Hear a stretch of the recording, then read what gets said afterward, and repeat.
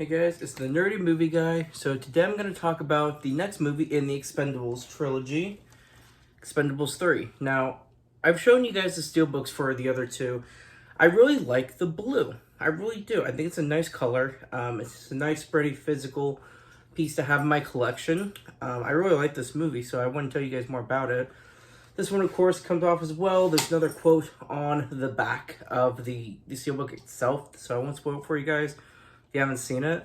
So overall, this movie had a very clear tone shift in comparison to the first two, the earlier installments. So basically, you have younger younger characters added to this movie. And it sort of changes things. It changes the dynamic between the group. It changes the dynamic as a cast. And it gives the tone just a very different feel. It gives the movie a new feel.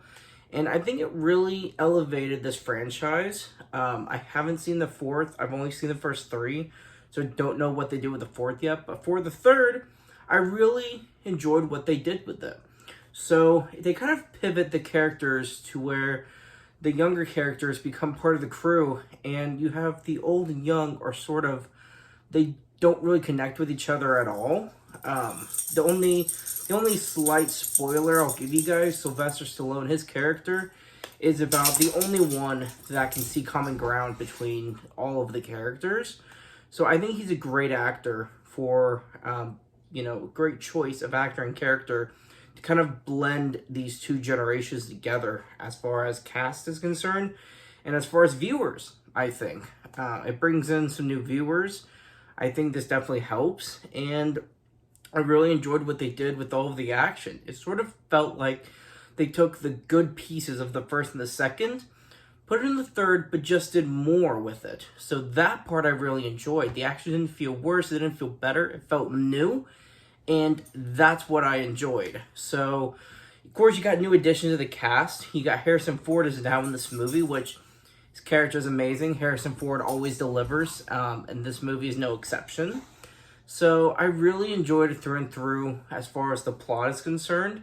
It's not the same as the second. It's not just a straight and narrow revenge plot. However, there are some intricate details to the third that I think give new details and more depth to the plot that the first one and the second did not have.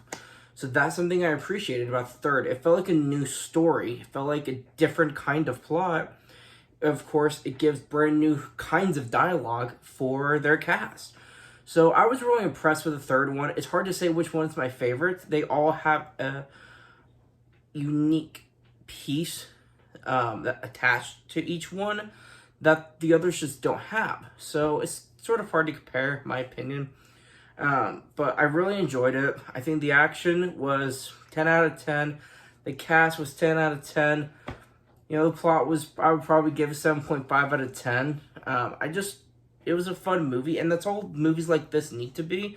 A movie like this, take the first one, for example, doesn't need this hard, strict plot. It just has something sort of basic almost, but because of the cast just being such a great, fun cast and great characters, with the director clearly having fun with it, it just made it enjoyable. So it didn't need multi-layers of a plot and story development. These movies just really didn't need that. And the third gave it a try, and I think it paid off. I thought it was well delivered. So overall, this was a great trilogy. I love having the steelbooks for them. I think I said this in an earlier video. I think for now, for the holidays, they are on sale. So it's a good time to pick up this trilogy if you don't have it and you want it in your collection. So overall, I enjoyed these first three movies. I'm leery about checking out the fourth one, but I will eventually. So thank you guys so much for watching and listening to my point of view on these movies.